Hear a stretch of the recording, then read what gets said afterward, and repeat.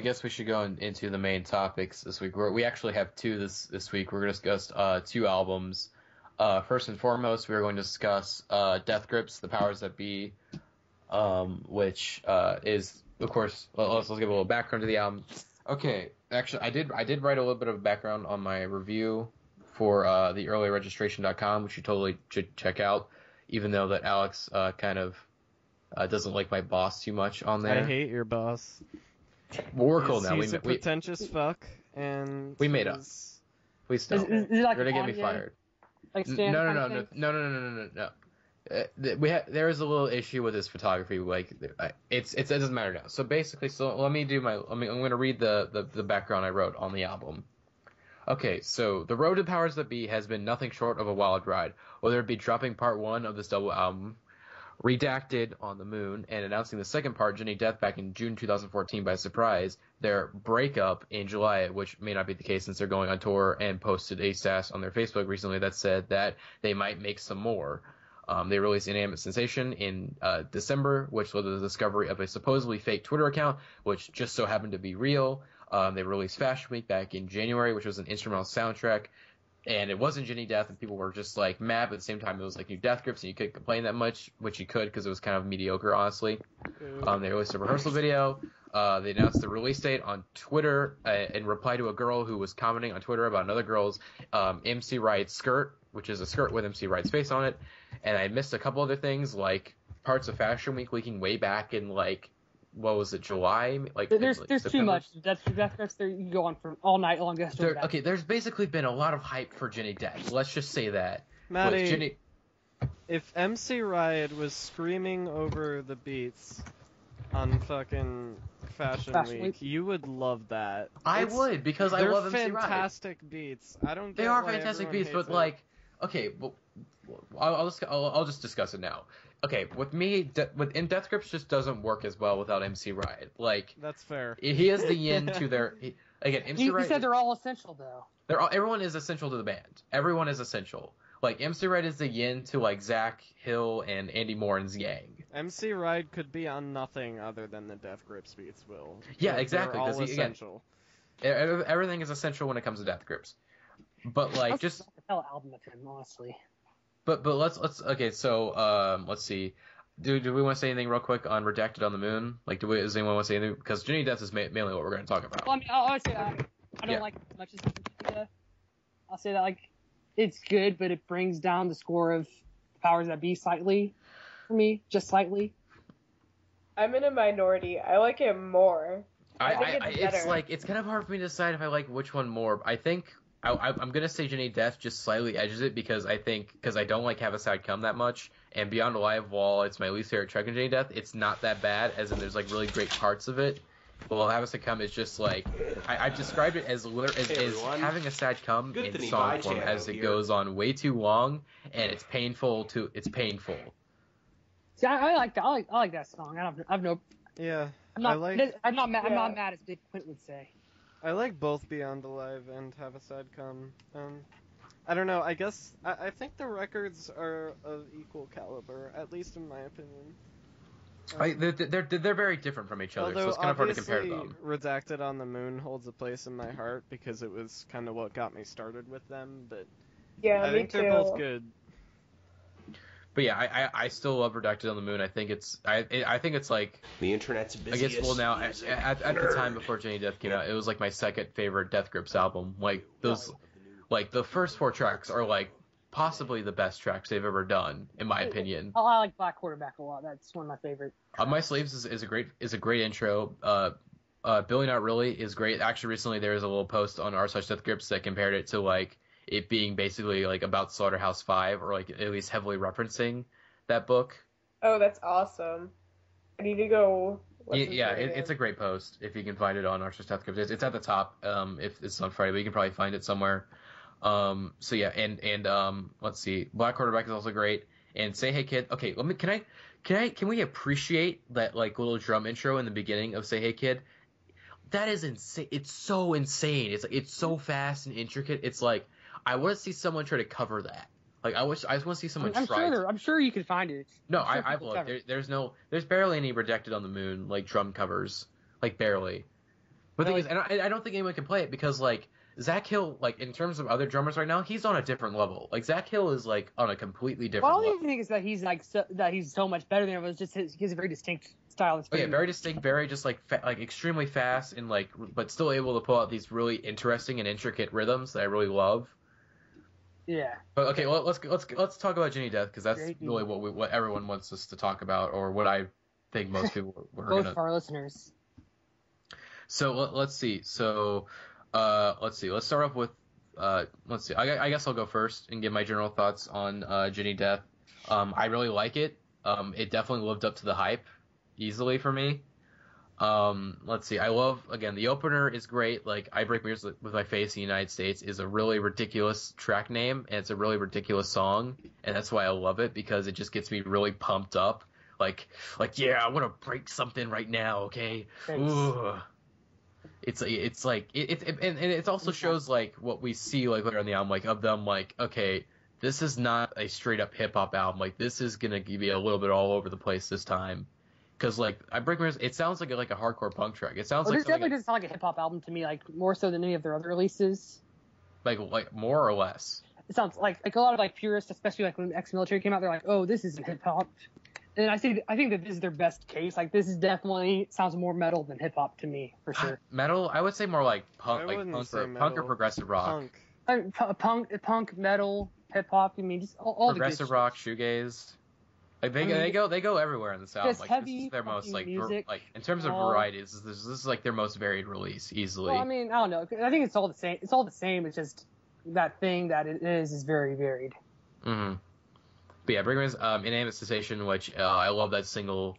It's really awesome, and just like the way like his verses, like he kind of changes up the style of like whether it be his voice or his flows on each verse is really crazy, and I love that. Let's see, Turned Off. Okay, hold on a second. Okay. Smoking cigarettes in the shower when I just light another fade. And, ooh, it gets me, again, this album seriously gets me so pumped. Like, I get really excited listening to this album. Like, I think I literally threw out my neck listening to this album when it when it leaked at first. What? You just say, okay, bro. What, Alex? I broke... ignoring Will's weird interjection, Did you break Mirrors with Your Face in the United States?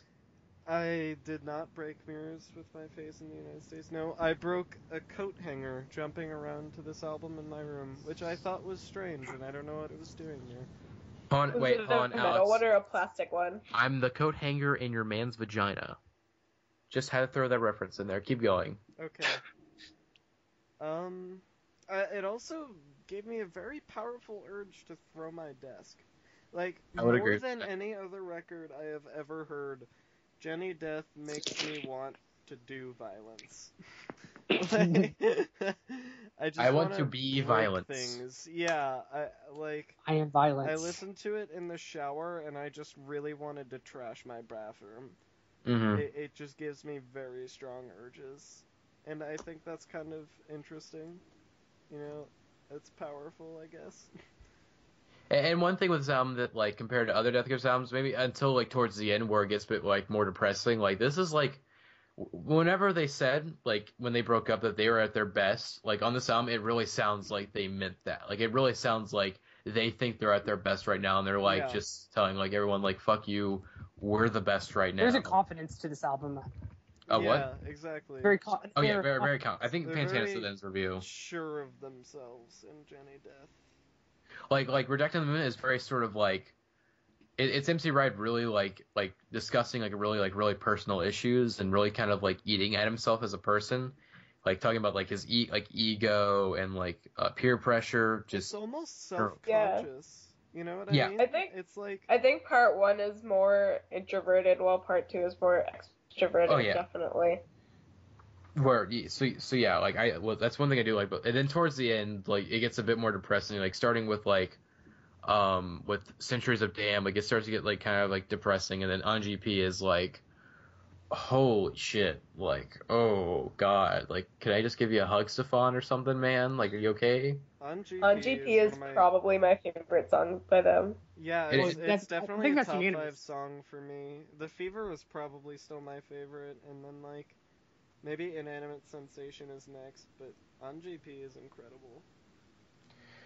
So, but yeah, so let's see. I think I already discussed my. Okay, Jeremiah's gonna hate me for discussing like for bringing up what's your least favorite track because he could. Okay, He ain't here. okay. The thing is, I was gonna wait till Jeremiah gets on the podcast, but I want to discuss like disliking things real quick to. Okay, well, I really want to Yeah, discuss. we had a fight about this. Okay. Jeremiah Kind of. feels the Not strongest really. about this, so I think we should definitely wait until he's here. So yeah, we'll wait till he's on. I want to discuss like being able to spout negative opinions, but we're talking about place Ginny of Death. negativity in the music industry, I guess. But anyways, We okay, can make so. that a main topic. Mhm. But anyways, okay, so Ginny Death, my least favorite track I think was probably Beyond the Live, which I just like.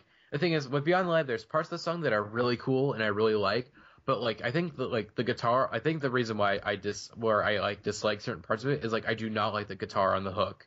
Like to me, it just does I not fit love the it. song. It sounds too happy. Is that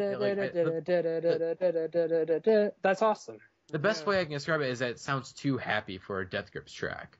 I didn't have that problem with it. Yeah, Like it sounds I too don't- like I don't hear generic to me. I mean, it fit in with the album to me. I mean, it just sounded like another kick-ass guitar solo in an album full of kick-ass guitar parts. Where like the guitar parts are a lot more like fuzzy and whatnot, while this one was just sort of like a bit more clear. And I just didn't really like it. Just like some just like bothers me about the guitar on the song, like during the hook. But like everything else about the song is great. Like the parts where it sort of like does like little breakdowns and whatnot, and like beat switches sounds great. Right. But I just don't like the hook, I guess. But do you guys have the least favorite track on this album? Probably. I mean, I'm gonna say "Centuries of Damn," and there's like I can't really point my finger to one thing about it. It's just like the one that I get least interested in. Because I even though I do like Centuries of Damn, it does kind of sound like filler a bit. Like it's the one that I'm interested in the entire album except for that track, I guess. Is Death Grips 2.0 counts? It I don't hurts know. me that you would say that anything on this record is filler. Oh yeah, I feel really bad for saying that because nothing I mean, else I is don't filler. know if Everything that's- on here is I don't on think here it's for the right filler, it reason. just Yeah. does it tickle my fancy? Other than, That's nice. of course, Death Grips 2.0, because it felt like it was in a weird place on the album, my least favorite part is probably I Break Mirrors. Even though it's like, it's just too harebrained, I guess. Like, I can't just jump into an album that way. It's like, Well, yeah. it's like driving your car straight into a brick wall. I don't know how to explain it. Like, I think I told the story last week, but yeah, like the day it leaked, what happened was I was in a really chill mood. Like, I guess I was in a Death Grips mood, but since it just got released, I had to listen to it. But then I just got 10 seconds into I Break Mirrors and just nope. I I love Break Mirrors. I think it's my favorite. That's like the top 3 song on the album for me. Like it gets me like really in the mood for It's the kind of album. like Jesus, kind of like I think we're talking about this in chat. But it's kind of like how But he says that Onside on is Jesus. great. Well, I mean, I'm not saying Onside isn't great, but that like Kanye says like, oh, people want water when they first sit down at a restaurant, and I didn't give you water. I feel like they did something similar here. Like this definitely just throws you in there. Like no safety involved. Just. But yeah, but like I feel like this album is I guess I'm gonna just try to get some final thoughts on the album because we gotta get to Sufan. I have to like We haven't talked about it yet. what Sufan's album? We're gonna talk about it next. This one. What? We haven't given our thoughts yet. Okay. Well, I guess we should. I guess we can give like our final say of the album real quick.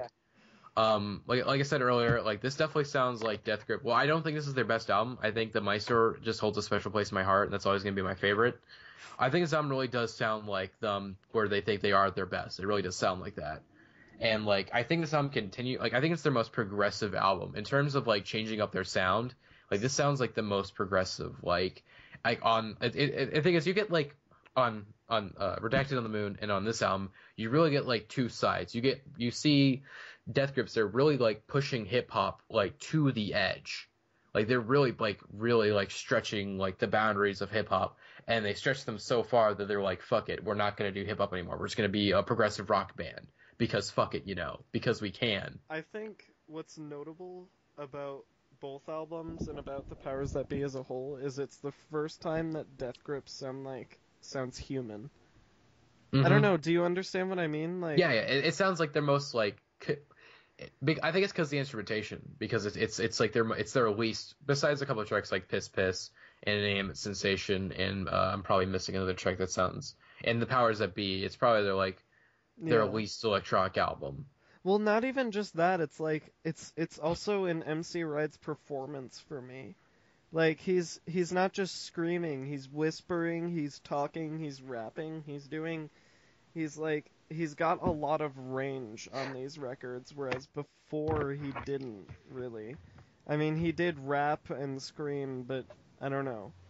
I guess it just feels more dynamic to me. Yeah, because you see Return to the Moon where he's at his most sort of I want to say subdued, I guess. Like he's more toned down on that album compared to like Ginny Death, where like he's at like his like craziest, I'd say. I think Redacted on the Moon is one of my favorite Death Grips records or I wouldn't even say that because it's probably number 3 for me. I don't know, but like I love it particularly because he like I lost my train of thought. I'm sorry.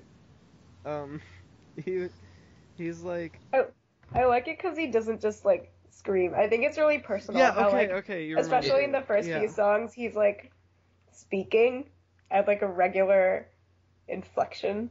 And I think the mixing reflects that on the album.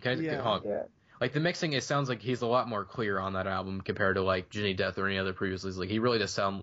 And it's mainly because his rapping style on that album and just sort of the mixing, where he sounds like very like, okay, I understand like most of what he's saying.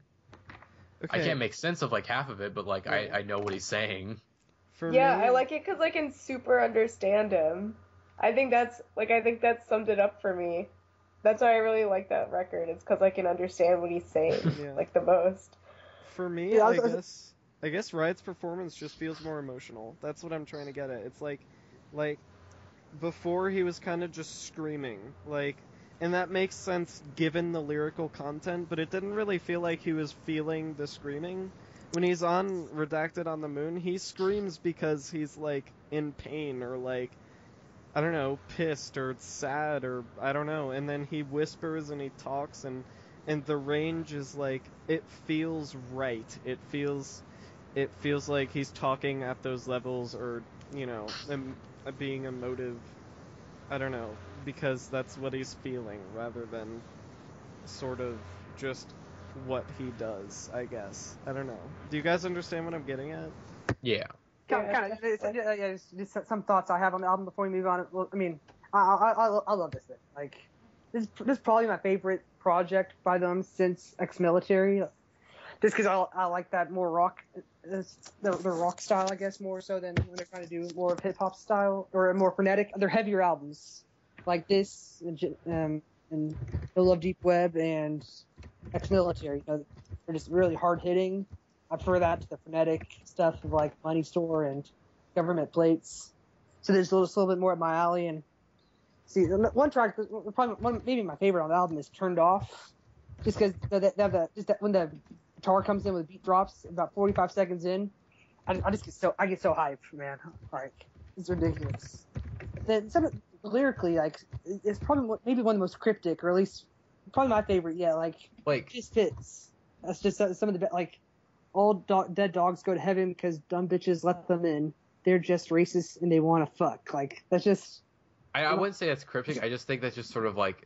I think it just counts up. Like Redacted on the Moon, like, that is really... Like, I think it's... The funny thing about Redacted on the Moon is it's both, like, their most, like, clear album in terms of, like, there's, like, you, like, understand, like, certain things he's talking about. Like, he's making some, like, actual social commentary, like, that you could actually make sense of. But at the same time, it's, like, actually, like especially Big Dipper is, like, really, really cryptic. And you're trying to figure out, like, what this means. Like certain stuff, like, I think, like, Ursa Major, Significance Minor, like, okay, is that, like, them making fun of their fans for, like... I'm past the point of trying to, like, decipher their lyrics or anything. Like, I'm just on for the ride. Mm-hmm. And I just know that this has just some of those shocking and just, like, hilarious and awesome lyrics I've ever heard from Death Grips is from On Ginny Death, like especially Piss Piss.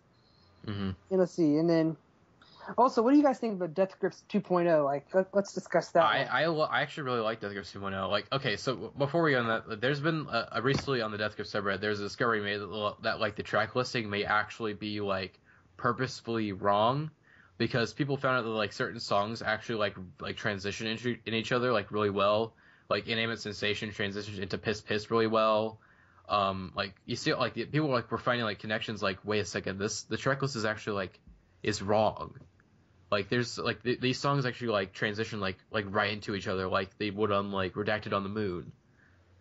But I do love it. But anyways, I do actually really like it. Like it seems like it really seems like just the crescendo. It's the Big Dipper, like the ending of Big Dipper, but for Ginny Death, where it's just this culmination of noise and drums and synthesizers and just crazy intense.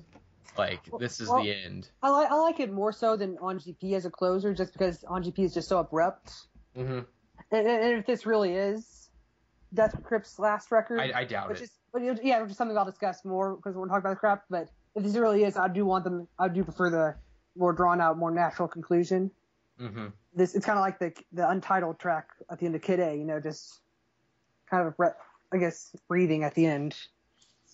But yeah, what do you think the Death Grips 2.0 means?